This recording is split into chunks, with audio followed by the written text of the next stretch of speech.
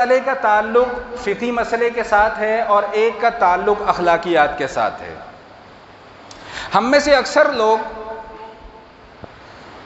گھروں سے وضو نہیں کر کے آتے, مسجد میں آ کر وضو کرتے ہیں.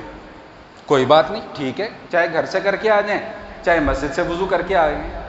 لیکن ایک بات کم از کم میری سمجھ میں نہیں آتی کہ مسجد میں جب وضو کر لیا تو وضو کرنے کے بعد یہ پانی کے چھینٹے مسجد میں گرانے کی کیا ضرورت ہے بھائی؟ وہ داڑھی کو خلال کر رہے ہوں گے مسجد کے فرش میں کھڑے ہو کر, یہ کیا بد اخلاقی ہے بھائی؟ گیلے ہاتھوں میں آ کر مصافحہ کر رہے ہوتے ہیں. بھائی وہ ناپاک نہیں ہے, لیکن ایک بندے کی طبیعت میں کراہت سی آ جاتی ہے. گیلے ہاتھوں میں مجھے تو کم از کم اچھا نہیں لگتا کوئی گیلے ہاتھوں میں آ کر میرے ساتھ مصافحہ کرے. آپ کو بھی نہیں اچھا لگتا ہوگا, اکثریت اس چیز کو پسند نہیں کرتی. تو بھائی یہ ساری کی ساری چیزیں کچھ خود بھی ہمارے کرنے کے کام ہوتے ہیں, کچھ ہمیں خود بھی ان چیزوں کو سیکھنا چاہیے. تو وضو کریں, مسجد میں ضرور کریں, لیکن وہ جو جسم پر لگا ہوا پانی ہے اسے اسی وضو والی جگہ پر گرا کر آئیں, مسجد میں آ کر اس کو نہ گرائیں. ایک بات. دوسری بات یہ کہ جب وضو کر رہے ہو نا تو اتنی بلند آواز میں خا خا خا کے نعرے نہ لگائیں کہ پوری کی پوری مسجد والے پریشان ہو رہے ہوں. بھئی غرارہ کرنا ہے نا, واش روم میں جا کر اندر کر لو تاکہ باہر کسی کو آواز نہ آئے. عجیب ہی کام, منہ دھو رہے ہوں گے, وہ ایسا لگتا ہے جیسے پتہ نہیں منہ نہیں دھو رہے, جیسے وہ کپڑا دھونے والے وہ چھاپے کی آواز نہیں آتی تھی اس طرح اپنے منہ پہ پانی ڈال رہے ہو. بھائی وضو کر رہے ہو, کیا کر رہے ہو؟ نہانے کا تو نہیں کہا تمہیں, وضو کرنے کو کہا ہے. وضو کرو اور جاؤ, اللہ اللہ خیر سے اللہ. تو یہ کچھ چیزیں ایسی ہوتی ہیں جو خود سے سوچنے سمجھنے کی ہوتی ہیں, کامن سینس کی بات ہوتی ہے. اگر ہم ان کے اوپر عمل کر لیں تو دوسرے آوازاری سے بچ جائیں گے اور تکلیف سے بچ جائیں گے. یہ تو ایک چھوٹا سا مسئلہ تھا. اچھا بھائی اجازت ہے ایک مسئلہ اور بیان کر دوں؟ بھائی مسئلہ ہے یہ کرسی پر بیٹھ کر نماز پڑھنے کا. میں اس پر پہلے بھی کئی مرتبہ بات کر چکا ہوں.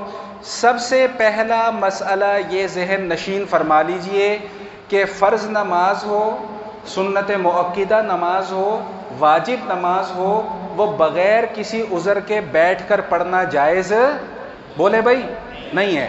بیٹھ کر پڑھو گے نماز نہیں ہوگی. یہ مسئلہ ذہن میں بٹھا لیں اپنے. آپ کوئی فتویٰ نہ لگائے جی دین میں تو بڑی نرمی ہے, آپ بڑی سختی کر رہے ہیں. بھائی یہ دین کا ہی حکم ہے, اللہ کا قرآن یہ فیصلہ کر رہا ہے, قوموا للہ قانتین. بھائی کھڑے ہو کر عاجزی کے ساتھ اللہ کے سامنے کھڑے ہو کر نماز پڑھو. وہ جو 1400 سال سے دین کے فقہی مسائل کو جمع کرتے چلے آ رہے ہیں وہ بے وقوف تو نہیں ہے, ان کو نہیں پتا کہ کیا چیز فرض ہے اور کیا چیز فرض نہیں ہے. مطلب نہ کوئی تکلیف ہے نہ کوئی بیماری ہے, بیٹھ کے نماز پڑھنے.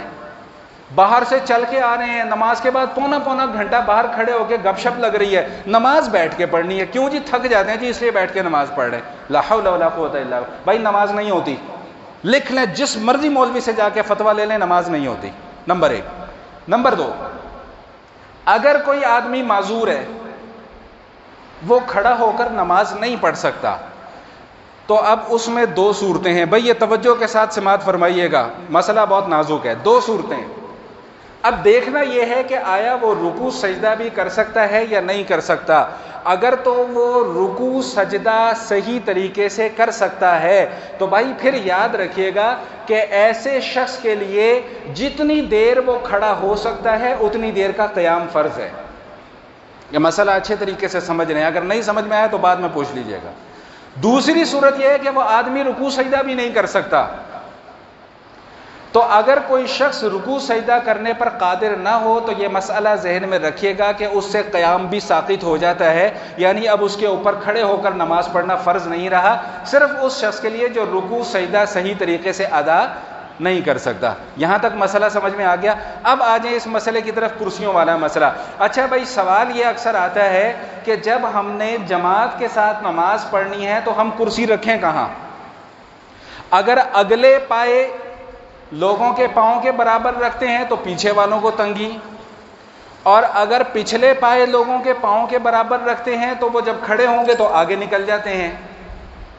سمجھ میں آئی بات؟ تو اس میں یہ مسئلہ سمجھ لیں, خود بھی سمجھ لیں, دوسرے لوگوں کو بھی جا کر سمجھائیں کہ جب جماعت کی نماز ہو رہی ہو تو اس وقت پھر کرسی کے جو پچھلے پائے ہوں گے وہ لوگوں کے پاؤں کے برابر رکھے جائیں گے, یعنی آپ کی کمر جو ہے وہ لوگوں کی کمر کے برابر ہوگی.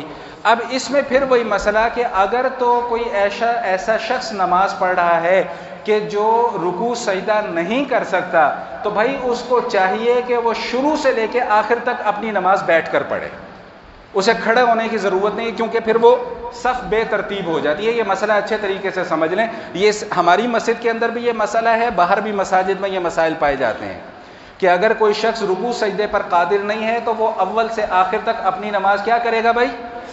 بیٹھ کر پڑھے گا، ٹھیک۔ اور اگر کوئی رکوع سجدہ کر سکتا ہے اور قیام پر قادر نہیں ہے تو پھر جتنی دیر وہ قیام کر سکتا ہے اتنی دیر قیام کرے، باقی نماز وہ جو ہے وہ بیٹھ کر پڑھے۔ مسئلہ اگر سمجھ میں آ گیا ہو تو بہت اچھی بات ہے، نہ سمجھ میں آیا ہو تو پھر اللہ خیر صلی اللہ وآخر دعوانا